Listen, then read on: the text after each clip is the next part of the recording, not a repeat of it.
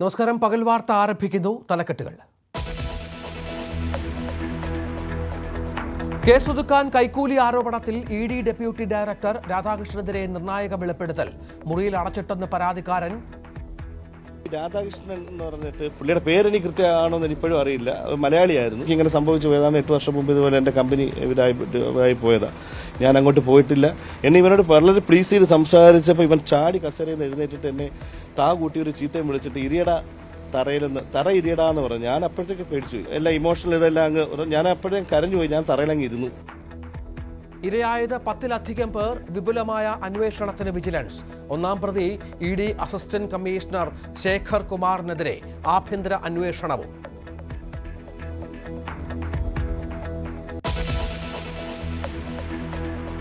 ഭൗമനിരീക്ഷണം ശക്തിപ്പെടുത്താനുള്ള ഉപഗ്രഹം ലക്ഷ്യത്തിലെത്തിയില്ല. PSLV C-61 വിക്ഷേപണം പരാജയം. Third stage motor started perfectly, but during the functioning of the third stage, we are seeing a observation, and the mission could not be accomplished. After analysis, we shall come back. പാളിച്ച പരിശോധിക്കുമെന്ന് ISRO.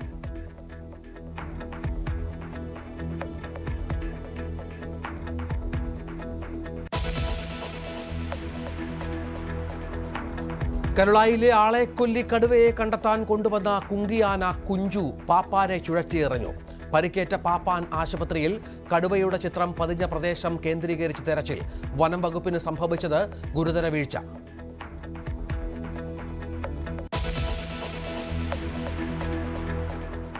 സർവകക്ഷി സംഘത്തിലേക്കുള്ള party പട്ടിക തഴഞ്ഞതിൽ അതൃപ്തി പരസ്യമാക്കി കോൺഗ്രസ്. BJPയുടെ രാഷ്ട്രീയ കളിയെന്ന് വിമർശനം. തരൂർ സംഘത്തിന്റെ ഭാഗമാകും. ഇന്ത്യയുടെ പാത പിന്തുടർന്ന് നയതന്ത്ര സംഘത്തെ വിദേശത്തേക്ക് അയക്കാൻ പാകിസ്ഥാനിലും ആലോചന.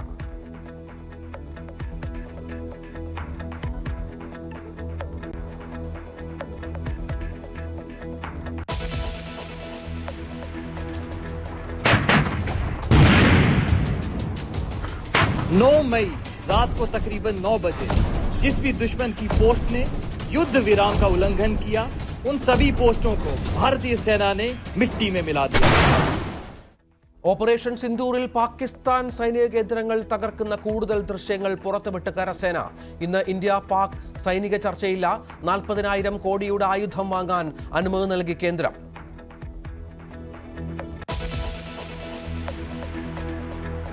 രണ്ടു നാളായി തുടരുന്ന പ്രകമ്പനങ്ങളിൽ ആശങ്കയിലായി കോഴിക്കോട് കായക്കുടിയിലെ ജനങ്ങൾ. പേടിക്കാനില്ലെന്ന് ജിയോളജി വകുപ്പ്. ദുരന്ത നിവാരണ അതോറിറ്റി പരിശോധിക്കണമെന്ന് നിർദ്ദേശം.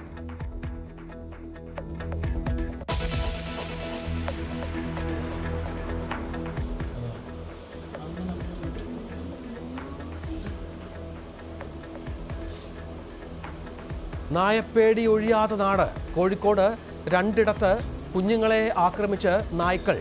കുട്ടികൾക്ക് കാര്യമായി പരിക്ക്.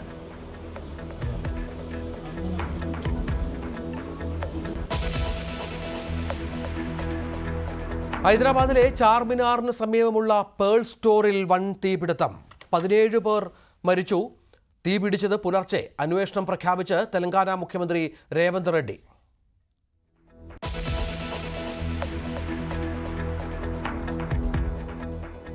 ലിയോ 14 മാർപ്പാപ്പയുടെ സ്ഥാനാരോഹണ ചടങ്ങുകൾ അല്പസമയത്തിനകം.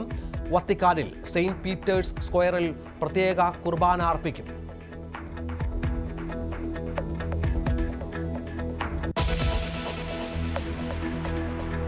വിശദമായ വാർത്തകളിലേക്ക്. ഇഡി കൈക്കൂലി കേസിൽ ഉന്നത ഉദ്യോഗസ്ഥർക്കും പങ്കെന്ന ആരോപണം. ഇഡി ഡെപ്യൂട്ടി ഡയറക്ടർ രാധാകൃഷ്ണന്റെ അറിവോടെയാണ് എല്ലാം നടക്കുന്നതെന്ന് പരാതിക്കാരനായ അനീഷ് ബാബു പറഞ്ഞു. അടച്ചിട്ട മുറിയിൽ തന്നെ മാനസികമായി പീഡിപ്പിച്ചതായും അനീഷ് ആരോപിച്ചു. ഇഡി സമൻസ് അയച്ച 10-ലധികം ആളുകളിൽ നിന്ന് പണം വാങ്ങിയെന്ന വെളിപ്പെടുത്തൽ വന്നതോടെ കേസിൽ വിശദമായ അന്വേഷണത്തിലേക്ക് കടക്കുകയാണ് വിജിലൻസ്. ED കേസ് ഒത്തുതീർപ്പാക്കുന്നതുമായി ബന്ധപ്പെട്ടുണ്ടായ കൈക്കൂലി കേസിൽ കൂടുതൽ വെളിപ്പെടുത്തലുമായി കൊല്ലത്തെ കൊട്ടാരക്കരയിലെ വ്യാപാരി അനീഷ് ബാബു രംഗത്തെത്തിയിരിക്കുകയാണ്. അനീഷ് ബാബുവിന്റെ വെളിപ്പെടുത്തൽ അനുസരിച്ച് EDയിലെ മറ്റുദ്യോഗസ്ഥർ കൂടി, അതായത് ഡെപ്യൂട്ടി ഡയറക്ടർ പി രാധാകൃഷ്ണൻ തന്നെ ഭീഷണിപ്പെടുത്തിയിട്ടുണ്ട്. അദ്ദേഹം മലയാളിയാണ്. അദ്ദേഹം തന്നെ കേസ് ഒത്തുതീർപ്പാക്കണമെന്ന് അറിയിക്കുന്നു. അത് കൈക്കൂലിക്കാണെന്ന് അന്ന് മനസ്സിലായില്ല. അതേസമയം പിന്നീട് ഏജന്റ് തന്നെ സമീപിച്ചപ്പോഴാണ് ഇത്തരത്തിൽ കൈക്കൂലിയുമായി ബന്ധപ്പെട്ടാണ് അന്ന് ED ഉദ്യോഗസ്ഥൻ ഈ സൂചന നൽകിയതെന്ന് പറയുന്നുണ്ട്. അത് ഈ രാധാകൃഷ്ണൻ എന്ന് പറഞ്ഞിട്ട് പുള്ളിയുടെ പേരെനിക്ക് കൃത്യമാണോ എന്ന് ഇപ്പോഴും അറിയില്ല. മലയാളിയായിരുന്നു. അന്ന് ഒരു വട്ടം ഞാൻ പുള്ളിയെ കണ്ടിട്ടുള്ളൂ. പുള്ളിയുടെ ഏറ്റവും ടോപ്പിലാണ് പുള്ളിയുടെ ക്യാബിൻ. ആ ക്യാബിൻ്റെ അകത്ത് വെച്ചിട്ടാണ് പുള്ളിയെ കാണുന്നത്. മലയാളിയാണെന്ന് എനിക്ക് അറിയില്ലായിരുന്നു. എന്നെ ഇവനോട് വളരെ പ്ലീസ് ചെയ്ത് സംസാരിച്ചപ്പോൾ ഇവൻ ചാടി കസേരയിൽ നിന്ന് എഴുന്നേറ്റിട്ട് എന്നെ കൂട്ടി ഒരു ചീത്തയും വിളിച്ചിട്ട് തറ ഇരിയടാന്ന് പറഞ്ഞു. ഞാൻ അപ്പോഴത്തേക്ക് പേടിച്ചു പോയി. ആ മലയാളി ഉദ്യോഗസ്ഥരെ. അപ്പൊ ഈ മലയാളി പയ്യനും ഉണ്ട് അതിന്റെ അകത്ത്, ഇവനും ഉണ്ട്. അപ്പൊ എനിക്ക് അന്നേരം മനസ്സിലായി ഇവർക്കൊന്നും ഭാവത്തിന് ഫേസിനൊന്നും ഒരു മാറ്റമില്ല. അപ്പൊ ഇത് സ്ഥിരം അവിടെ നടക്കുന്നേ, ഇങ്ങനെയുള്ള ത്രെട്ടനിങ് അവിടെ നടക്കുന്നുള്ളത് അപ്പോൾ എനിക്ക് കൃത്യമായിട്ട് മനസ്സിലായി. എന്നിട്ട് ഇവൻ എന്നോട് ഇത്രയും പെട്ടെന്ന് ഡോക്യുമെന്റ് സബ്മിറ്റ് ചെയ്തില്ലെങ്കിൽ നിനക്കറിയാവോ ഈ കോടതി, സുപ്രീം കോടതി എന്നെ എന്തോ ചെയ്യാനാ? ഇങ്ങനെയാണ് ഹൈക്കോടതി ഞങ്ങൾ എന്ത് ചെയ്യാനാ? നമ്മൾ പറയുന്നതിന് അപ്പുറത്ത് അങ്ങനെയുള്ള. അതേസമയം ഒരു ED ഉദ്യോഗസ്ഥൻ നേരത്തെ തന്നെ, അതായത് ED assistant director Shekhar Kumar already vigilance നിരീക്ഷണത്തിലാണ്. പക്ഷേ ശേഖർ കുമാറിന്റെ അറസ്റ്റ് ഇതുവരെ രേഖപ്പെടുത്തിയിട്ടില്ല. ഈ അറസ്റ്റ് രേഖപ്പെടുത്തുന്നത് ഇതിൽ കൃത്യമായ തെളിവുകൾ, ശേഖർ കുമാറിനെതിരെയുള്ള കൃത്യമായ തെളിവുകൾ ശേഖരിച്ച ശേഷം മാത്രമേ ഉള്ളൂ എന്ന് കഴിഞ്ഞ ദിവസം വിജിലൻസ് SP പറഞ്ഞിട്ടുണ്ട്. അതേസമയം ഈ അനീഷിന്റെ പ്രതികരണം അനുസരിച്ചിട്ട് അദ്ദേഹം പറയുന്നത് ED ഉദ്യോഗസ്ഥർ ഇതിൽ ഇൻവോൾവ് ആണ്. നിരവധി പരാതികൾ തനിക്കും, അതായത് തനിക്ക് അറിയാവുന്ന നിരവധി പേർ തന്നെ ഈ കാര്യം വ്യക്തമാക്കിയിട്ടുണ്ട്. താൻസാനിയയിലുള്ള തന്റെ ബിസിനസ്സുമായി ബന്ധപ്പെട്ട രേഖകൾ ഹാജരാക്കണമെന്നാണ് ആദ്യ തവണ ഹാജരായപ്പോൾ ED ആവശ്യപ്പെട്ടത്. അത് തനിക്ക് കിട്ടുന്നതിനേക്കാൾ എളുപ്പം ED ഉദ്യോഗസ്ഥർ കിട്ടുമായിരുന്നു. എന്നിട്ടും പിന്നെ എന്തിനാണ് ഇത്തരത്തിൽ തന്നോട് അത് ആവശ്യപ്പെട്ടതെന്ന് മനസ്സിലാകുന്നില്ല എന്ന് അനീഷ് പറയുന്നുണ്ട്.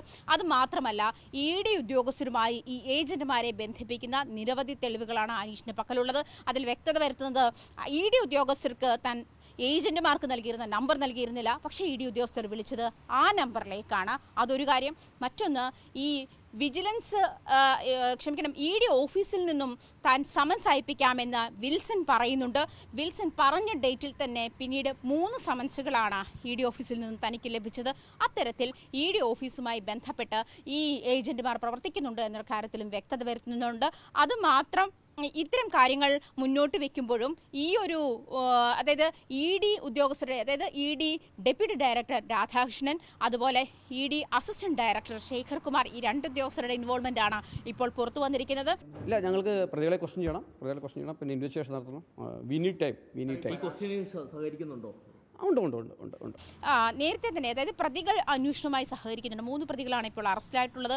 ഒന്ന് ഏജന്റ് വിൽസൺ, മറ്റൊന്ന് മുകേഷ് മുരളി എന്ന് പറഞ്ഞ രാജസ്ഥാൻ സ്വദേശി, മറ്റൊന്ന് ചാർട്ടേഡ് അക്കൗണ്ട് രഞ്ജിത്ത് വാര്യർ. ഈ 3 പേരും അന്വേഷണവുമായി സഹകരിക്കുന്നുണ്ടെന്ന് അല്പം മുൻപ് വിജിലൻസ് SP വ്യക്തമാക്കിയിട്ടുണ്ട്. 5 ദിവസത്തെ കസ്റ്റഡിയിലാണ് വിജിലൻസിന് നൽകിയിട്ടുള്ളത്. അതേസമയം ശേഖർ കുമാറിനെ അറസ്റ്റ് ചെയ്തതുമായി ബന്ധപ്പെട്ടുള്ള നീക്കങ്ങൾ വിജിലൻസിന്റെ ഭാഗത്തുനിന്നും തുടങ്ങിയിട്ടുണ്ട്. പക്ഷേ വ്യക്തത വരണം അന്വേഷണത്തിൽ, അതായത് ശേഖർ കുമാറിനെതിരെയുള്ള അന്വേഷണത്തിൽ കൂടുതൽ വ്യക്തത വരാനുണ്ട് എന്ന് കഴിഞ്ഞ ദിവസം വിജിലൻസ് SP വ്യക്തമാക്കിയിട്ടുണ്ട്. അതേ തുടർന്ന് ശേഖർ കുമാറിന്റെ ഡിജിറ്റൽ തെളിവുകൾ ശേഖരിച്ചുകൊണ്ടിരിക്കുകയാണ്.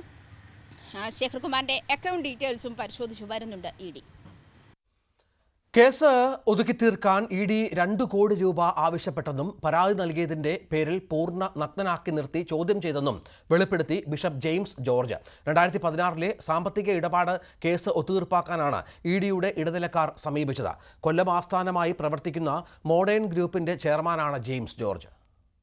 വർഷങ്ങളായിട്ട് മാറി മാറി വരുന്ന എൻഫോഴ്സ്മെന്റ് ഡയറക്ടറേറ്റ് ഉദ്യോഗസ്ഥന്മാർ സ്വന്തം നാട്ടിൽ നിന്ന് വരെ ഏജന്റുമാരെ കൊണ്ടുവന്ന് കേസിൽപ്പെട്ടവരുടെ വിവരങ്ങൾ അവർക്ക് കൊടുത്ത് അവരെ കൊണ്ട് പൈസ വാങ്ങിച്ചെടുക്കുന്നൊരു സംഭവം ഉണ്ടായിക്കൊണ്ടിരിക്കുകയാണ്. അതിൽ കൊല്ലത്തെ ഇര ഞാനായിരുന്നു. 2 കോടി രൂപ വേണമെന്നും പറഞ്ഞ് എന്നെ ഒരുപാട് ബുദ്ധിമുട്ടിച്ചു. പൈസ കിട്ടാതെ വന്ന് അവരെ അറസ്റ്റ് ചെയ്യുന്നൊരു സാഹചര്യം വന്നതുകൊണ്ട് പിന്നെ എന്നെ വിളിച്ച് പരിപൂർണ നഗ്നനായി നിർത്തി മൊഴിയെടുക്കുന്ന സെറ്റപ്പ് വരെ ഉണ്ടായി. അപ്പോൾ ഒരു 15 വർഷമായി ബിഷപ്പായിരിക്കുന്ന ഒരാളിനോട് ഇതാണ് കാണിക്കുന്നതെങ്കിൽ സാധാരണക്കാരൻ്റെ അവസ്ഥ എന്തായിരിക്കും? സമുദ്രം എൻ്റെ പേരിൽ PMLAയുടെ കേസുണ്ടായിരുന്നു. ആ PMLAയുടെ കേസ് 4-5 ഉദ്യോഗസ്ഥന്മാർ അന്വേഷിച്ച് എൻ്റെ റിപ്പോർട്ട് കോടതിക്ക് കൊടുത്തതാണ്.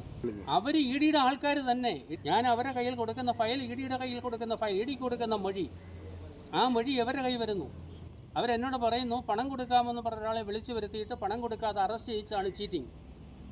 അതുകൊണ്ട് നിങ്ങളെ ഞങ്ങൾ അറസ്റ്റ് ചെയ്യിക്കും, നിങ്ങളുടെ ജാമ്യം റദ്ദാക്കിക്കും എന്ന് പറഞ്ഞിട്ടാണ് ഈ കഴിഞ്ഞ 5 വർഷം കൊണ്ടില്ലാത്ത ഹരാസ്മെൻറ്റാണ്. മൊഴിയെടുക്കാൻ അവർ വിളിച്ചു വരുത്തുക, തുണി ഉരിയുക. ഇ ഡി ഉദ്യോഗസ്ഥനെതിരായ വിജിലൻസ് കേസിൽ പ്രതികരണവുമായി പ്രതിപക്ഷ നേതാവ് വി ഡി സതീശൻ വേലി തന്നെ വിളവ് തിന്നുകയാണ്. രാഷ്ട്രീയ എതിരാളികളെ തേജോബദ്ധം ചെയ്യാൻ മാത്രമുള്ള ഏജൻസിയായി ഇ ഡി മാറിയെന്നും കരുവന്നൂർ കേസിലും ഇ ഡിയുടെ വിശ്വാസ്യത ചോദ്യം ചെയ്യപ്പെടുന്നുവെന്നും സതീശൻ പറഞ്ഞു. ഇപ്പോൾ വേലി തന്നെ വിളവ് തിന്നുന്ന കാഴ്ചയാണ് നമ്മളിപ്പോൾ കാണുന്നത്. ഇ ഡി തന്നെ ഒരുപാട് പേർക്ക് നോട്ടീസ് അയച്ച് അവരെ ഏജന്റുമാർ മുഖേന, ഇടനിലക്കാർ മുഖേന ബന്ധപ്പെട്ട് വലിയ കോടിക്കണക്കിന് രൂപ കൊടുത്ത് കേസുകളെല്ലാം സെറ്റിൽ ചെയ്യാണ്. അപ്പോൾ എന്തിനാണ് ഇ ഡി രാഷ്ട്രീയ പ്രതിയോഗികളെ ഇല്ലായ്മ ചെയ്യാനും അവരെ ബുദ്ധിമുട്ടിക്കാനും വേണ്ടി മാത്രമുള്ളൊരു ഏജൻസിയായി ഇ ഡി മാറിയിരിക്കുകയാണ്. തീർച്ചയായിട്ടും വിശ്വാസ്യത ചോദ്യം ചെയ്യപ്പെടുന്ന കേസാണ് കരുവന്നൂർ കേസിലുള്ളത്. മറ്റു വാർത്തയിലേക്ക്. ISROയുടെ PSLV 61C-61 ദൗത്യം പരാജയപ്പെട്ടു. വിക്ഷേപണത്തിന് ശേഷം 3ാം ഘട്ടത്തിലുണ്ടായ അപ്രതീക്ഷിത പ്രശ്നങ്ങളാണ് ദൗത്യം പരാജയപ്പെടാനിടയാക്കിയത്. എന്താണ് സംഭവിച്ചത് എന്ന് പരിശോധിക്കുമെന്നും തിരിച്ചുവരുമെന്നും ISRO ചെയർമാൻ ഡോക്ടർ വി നാരായണൻ പറഞ്ഞു.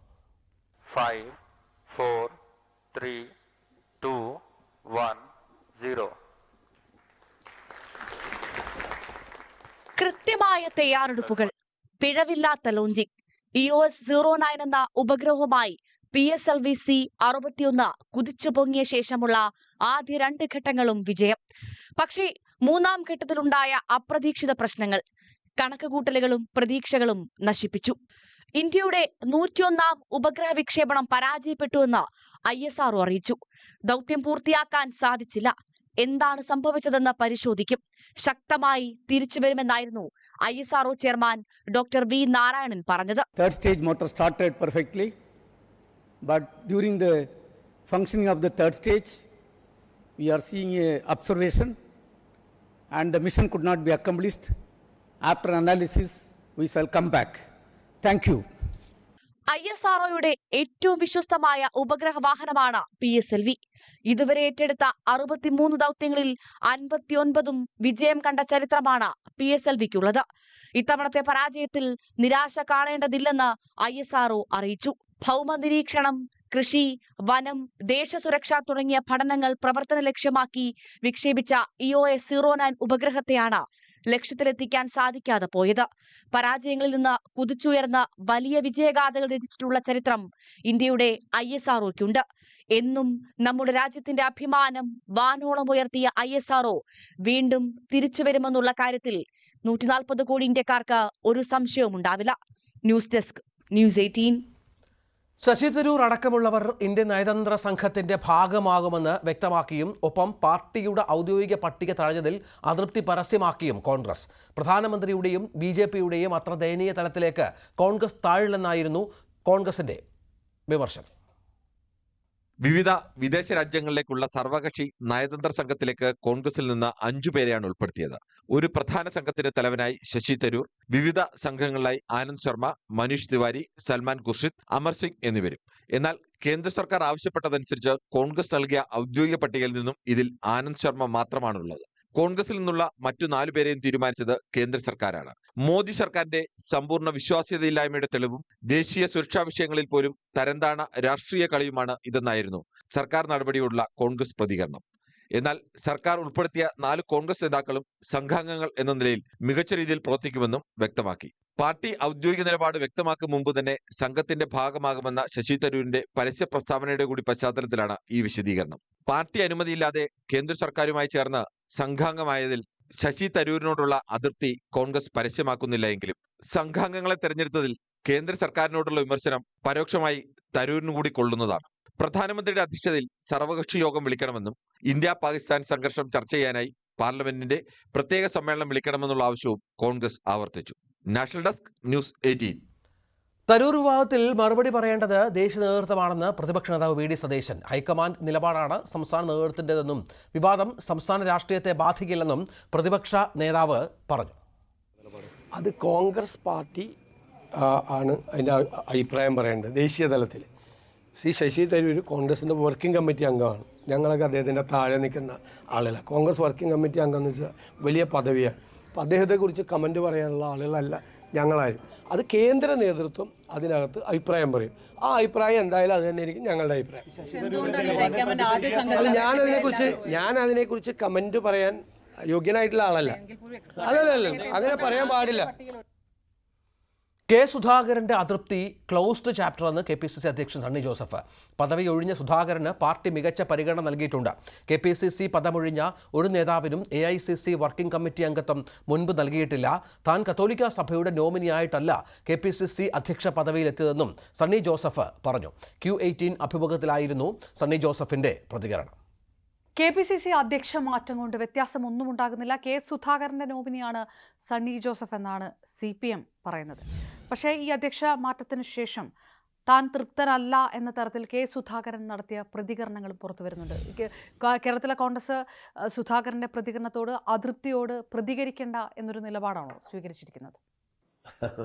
കെ സുധാകരൻ എൻ്റെ ശക്തനായിട്ടുള്ള നേതാവാണ്. അദ്ദേഹം ഈ പ്രഖ്യാപനം എൻ്റെ പേര് പ്രസിഡന്റ് സ്ഥാനത്ത് വരുന്നതിന് മുമ്പ് എന്നോട് പറഞ്ഞിരുന്നു. തിരുവനന്തപുരത്ത് നിന്ന് തൻ്റെ പേരാണ് വരുന്നതെങ്കിൽ ഞാൻ തൻ്റെ തലയിൽ കൈവച്ച് അനുഗ്രഹിക്കുമെന്ന് പറഞ്ഞു. അത് അദ്ദേഹം യാഥാർത്ഥ്യത്തിൽ നടപ്പിലാക്കി. പ്രഖ്യാപനം വന്ന അന്ന് എന്നെ കണ്ണൂരേക്ക് വിളിപ്പിച്ചു. ഞാൻ കണ്ണൂർ DCC ഓഫീസിലെത്തി. നൂറുകണക്കിന് പ്രവർത്തകരുടെ സാന്നിധ്യത്തിൽ അദ്ദേഹം എന്നെ ഷാളണിയിച്ചു, മധുരം തന്നു, ആലിംഗനം ചെയ്തു. അദ്ദേഹം എനിക്ക് എല്ലാ പിന്തുണയും പ്രഖ്യാപിച്ചു.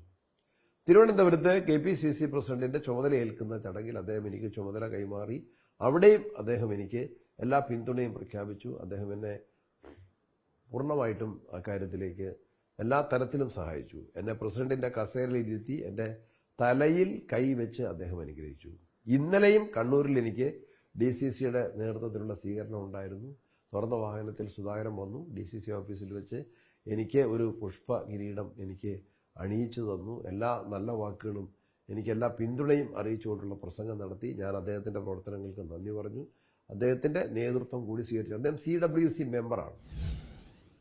കേരളത്തിൽ നിന്ന് സമീപകാലത്ത് മാറിയ PCC പ്രസിഡന്റുമാരിൽ അദ്ദേഹത്തിന് മാത്രമാണ് ആ ഒരു അംഗീകാരം കിട്ടിയത്. അദ്ദേഹത്തിൻ്റെ ജനപിന്തുണയുടെയും ത്യാഗത്തിൻ്റെയും സംഭാവനയുടെയും എല്ലാം പരിഗണിച്ചുകൊണ്ടാണ് അദ്ദേഹത്തിന് കോൺഗ്രസ് വർക്കിംഗ് കമ്മിറ്റി അതിലേക്ക് അദ്ദേഹത്തെ നിയോഗിച്ചിട്ടുള്ളത്. അദ്ദേഹത്തിൻ്റെ നേതൃത്വം, അദ്ദേഹത്തിൻ്റെ ഊർജ്ജസ്വലത അതെല്ലാം ഉപയോഗപ്പെടുത്തിക്കൊണ്ട് തന്നെ ഞങ്ങൾ കൂട്ടായി മുന്നോട്ട് പോകും. താങ്കളെ അംഗീകരിക്കുന്നു എന്ന് സുധാകരൻ പറയുന്നുണ്ട്. പക്ഷെ അപ്പോഴും അദ്ദേഹം മാധ്യമങ്ങളോട് ആവർത്തിച്ച് പറയുന്നത് അധ്യക്ഷ മാറ്റം നടന്നത് സ്വാഭാവിക രീതിയിലല്ല എന്നാണല്ലോ. അങ്ങനെയല്ല, AICC കേരളത്തിൽ ഇങ്ങനൊരു നേതൃത്വ മാറ്റത്തിന് വേണ്ടി തെരഞ്ഞെടുത്ത സമയം ശരിയായില്ല, പ്രത്യേകിച്ച് തെരഞ്ഞെടുപ്പ് അടുത്ത് വരുന്ന സമയമായതുകൊണ്ട്. അങ്ങനെ ഒരു അഭിപ്രായം അദ്ദേഹം കെ സുധാകരൻ പലപ്പോഴായിട്ട് പ്രകടമാക്കുന്നുണ്ടല്ലോ മാധ്യമങ്ങൾക്ക് മുന്നിൽ. എന്നെ ചുമതല ഏൽപ്പിച്ചതിൽ അദ്ദേഹത്തിന് നല്ല സന്തോഷമുണ്ട്, പ്രതീക്ഷയുണ്ട്. എനിക്കെല്ലാ പിന്തുണയും അദ്ദേഹം വാഗ്ദാനം ചെയ്തിട്ടുണ്ട്. അതിൽ ഞങ്ങൾ കരുത്താർജിച്ച് മുന്നോട്ട് പോകും. ഞാൻ മാത്രമല്ല, ഈ പുതിയ ടീമിനെ എല്ലാം അദ്ദേഹം ഉൾപ്പെടെയുള്ള കൂട്ടു നേതൃത്വം. AK ആന്റണി പറഞ്ഞത് എന്താണ്? AK ആന്റണിയുടെ അനുഗ്രഹം നേടി ഞങ്ങൾ ചെന്നപ്പോൾ AK ആന്റണി പറഞ്ഞത് മലയോരത്ത് നിന്ന് കരുത്തുറ്റ ഒരു ടീമായിട്ട് കോൺഗ്രസിൻ്റെ നേതൃത്വം, ഞാൻ മലയോരത്ത് നിന്നാണെങ്കിൽ എല്ലാ ഭാഗത്തെയും പ്രതികരിച്ചുകൊണ്ടുള്ള കരുത്തുറ്റുള്ള ടീം വർക്കാണ് കോൺഗ്രസിന് ഇപ്പോൾ സാധ്യമായിരിക്കുന്നത്. ആ ഉത്തരവാദിത്വം ഞങ്ങൾ ഏറെ ഗൗരവത്തോടെ കോൺഗ്രസ് പ്രവർത്തകരുടെയും ബഹുജനങ്ങളുടെയും പിന്തുണയിൽ, അനുഭാവികളുടെയും അണികളുടെയും വലിയ പിന്തുണയിൽ ഞങ്ങൾ ഏറ്റെടുക്കും. വിജയകരമായിട്ട് മുന്നോട്ട് പോകും. അണികളൊക്കെ തന്നെ മനസ്സിലാക്കുന്നുണ്ട്, തൻ്റെ വികാരങ്ങൾ അണികൾക്ക് അറിയാം എന്നാണ് കെ സുധാകരൻ പറയുന്നത്. ഇതിലൊന്നും പ്രതികരിക്കേണ്ട കോൺഗ്രസ് സംസ്ഥാന നേതൃത്വം, KPCC പുതിയ നേതൃത്വം അങ്ങനെ ഉള്ള ഒരു നിലപാട് കൂടിയാണ്. അത് കോൺഗ്രസ് പ്രവർത്തകരിൽ സുധാകരന് നല്ല പിന്തുണയുണ്ട്. അദ്ദേഹം ആത്യന്തികമായിട്ട് ഹൈക്കമാൻഡിന്റെ തീരുമാനം അംഗീകരിച്ചു കഴിഞ്ഞു. അതനുസരിച്ച് ഞങ്ങൾ കൂട്ടായ്മയിൽ പോകും. KPCC നേതൃത്വത്തിലെ സമഗ്ര അഴിച്ചുപണിക്ക് പിന്നാലെ DCC പുനഃസംഘടനയും ഉടൻ പൂർത്തിയാക്കാൻ ഹൈക്കമാൻഡ് നിർദ്ദേശം. തൃശൂർ ഒഴികെയുള്ള 13 ജില്ലകളിലും പുതിയ അധ്യക്ഷന്മാരെ നിയമിക്കണമെന്നാണ് ഒരു വിഭാഗത്തിന്റെ ആവശ്യമെങ്കിലും 10 ഇടങ്ങളിലെ മാറ്റമുണ്ടാകൂ എന്നാണ് സൂചന. KPCC രാഷ്ട്രീയകാര്യ സമിതി ഒഴികെയുള്ള എല്ലാ തലങ്ങളിലും അഴിച്ചുപണി നടന്നേക്കുമെന്നാണ് വിവരം. തദ്ദേശ തെരഞ്ഞെടുപ്പ് പടിവാതിൽക്കൽ എത്തി നിൽക്കെ സംഘടനയെ ബൂത്ത് തലം മുതൽ ചലിപ്പിക്കാനാണ് കോൺഗ്രസിന്റെ നീക്കം. KPCC നേതൃത്വത്തിലെ സമഗ്ര അഴിച്ചുപണിക്ക് പിന്നാലെ DCC പുനഃസംഘടനയും ഉടൻ പൂർത്തിയാക്കാനുള്ള തയ്യാറെടുപ്പിലാണ് നേതൃത്വം. സാമുദായിക സമവാക്യങ്ങൾക്കൊപ്പം ഗ്രൂപ്പ് സമവാക്യങ്ങളും ഉറപ്പുവരുത്തേണ്ടതാണ് നേതൃത്വത്തിന് തലവേദനയാകുന്നത്. കാര്യക്ഷമമായ പ്രവർത്തനം നടത്തിയ 3 DCC അധ്യക്ഷന്മാർക്ക് പുറമെ തൃശൂർ DCC തലപ്പത്തും അഴിച്ചുപണി ഉണ്ടാകില്ല. അതിനിടെ തിരുവനന്തപുരം DCC അധ്യക്ഷ സ്ഥാനത്തേക്ക് ചെമ്പഴന്തി അനിലിന്റെ പേര് പ്രതിപക്ഷ നേതാവ് VD സതീശൻ മുന്നോട്ട് വച്ചതായാണ് സൂചന. അതേസമയം KC വേണുഗോപാൽ പക്ഷം മുൻ KPCC സെക്രട്ടറിയായിരുന്ന മണക്കാട് സുരേഷിനെ അധ്യക്ഷനാക്കണമെന്ന നിലപാടിലാണ്. ജില്ലയിൽ മുതിർന്ന നേതാക്കളുടെ പിന്തുണയും ഉറപ്പാക്കാനായതാണ് മണക്കാട് സുരേഷിന് സാധ്യത വർദ്ധിപ്പിക്കുന്നത്. DCC അധ്യക്ഷന്മാരെ നിയമിക്കുന്നത് ഗ്രൂപ്പ് വീതം വയ്ക്കലിന്റെ അടിസ്ഥാനത്തിലായിരിക്കില്ലെന്ന് ദേശീയ നേതൃത്വം നേരത്തെ തന്നെ സംസ്ഥാനത്തെ മുതിർന്ന നേതാക്കളെ അറിയിച്ചിട്ടുണ്ടെങ്കിലും അവകാശവാദം ഉന്നയിക്കുന്നതിൽ നിന്ന് ഗ്രൂപ്പ് നേതൃത്വം പിന്മാറിയിട്ടില്ലെന്നതാണ് ശ്രദ്ധേയം. തലപ്പത്തെ അഴിച്ചുപണിയിൽ കടുത്ത അവഗണന നേരിട്ട A ഗ്രൂപ്പ് DCC പുനഃസംഘടനയിലും തൽസ്ഥിതി തുടർന്നാൽ കൂടുതൽ പ്രതിരോധത്തിലാകും. KPCC രാഷ്ട്രീയകാര്യ സമിതി അംഗങ്ങളെ മാത്രം നിലനിർത്തിക്കൊണ്ട് മറ്റെല്ലാ തലങ്ങളിലും അഴിച്ചുപണി നടത്തിയേക്കുമെന്നാണ് വിവരം. പുനഃസംഘടനയിൽ നിർണായക പദവികളിലേക്ക് KC വേണുഗോപാൽ അനുകൂലികൾക്ക് മാത്രമാണ് പരിഗണന ലഭിക്കുന്നതെന്ന വിമർശനവും മറുവിഭാഗങ്ങൾക്കുണ്ട്. ഈ പശ്ചാത്തലത്തിൽ പൊട്ടിത്തെറികൾ ഒഴിവാക്കി പുനഃസംഘടനാ നടപടികൾ പൂർത്തിയാക്കുകയാണ് നേതൃത്വത്തിന് മുന്നിലെ വെല്ലുവിളി. Dan Kurian, news 18, Thiruvananthapuram. Operation സിന്ദൂരിന്റെ പുതിയ വീഡിയോ പങ്കുവച്ച് ഇന്ത്യൻ സൈന്യത്തിന്റെ വെസ്റ്റേൺ കമാൻഡ് ആസൂത്രണം ചെയ്ത് പരിശീലനം നൽകി നടപ്പാക്കി നീതി ലഭ്യമാക്കിയെന്ന തലക്കെട്ടിലാണ് എക്സ് പ്ലാറ്റ്ഫോമിൽ വീഡിയോ ഷെയർ ചെയ്തത്. ഇത് പ്രതികാരമായിരുന്നില്ല, നീതിയായിരുന്നുവെന്നും ഇതിൽ ജവാൻ വിശദീകരിക്കുന്നുണ്ട്. മെയ് 9 പാകിസ്ഥാൻ വെടിനിർത്തൽ ലംഘിച്ച സംഭവവും ഇന്ത്യൻ സൈന്യം എങ്ങനെ തിരിച്ചടിച്ചുവെന്നും ദൃശ്യങ്ങൾ സഹിതം വിവരിക്കുന്നു. पहलगाम आतंकवादी हमले से हुई, गुस्सा नहीं लावा था, दिमाग में बस एक ही बात, अब की बार सबक ऐसा सिखाएंगे कि इनकी पीढ़ियां याद रखेंगी.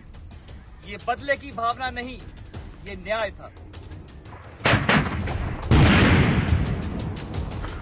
9 मई रात को तकरीबन 9 बजे जिस भी दुश्मन की पोस्ट ने युद्ध विराम का उल्लंघन किया, उन सभी पोस्टों को भारतीय सेना ने मिट्टी में मिला दिया.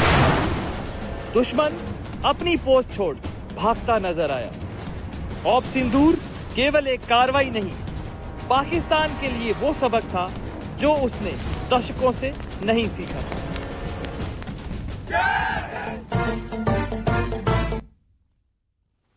ഇന്ത്യ പാക് DGMO ചർച്ച ഇന്നില്ല. എന്നാൽ വെടിനിർത്തൽ ധാരണ അവസാനിപ്പിക്കില്ലെന്നും വെടിനിർത്തലിന് സമയപരിധി നിശ്ചയിച്ചിട്ടില്ലെന്നും സേനാ വൃത്തങ്ങൾ അറിയിച്ചു. പാക് വിദേശകാര്യമന്ത്രി ഇഷ്ഹാഖ് ധറാണ് ഇന്ന് DGMO ചർച്ച നടക്കുമെന്ന് അറിയിച്ചിരുന്നത്.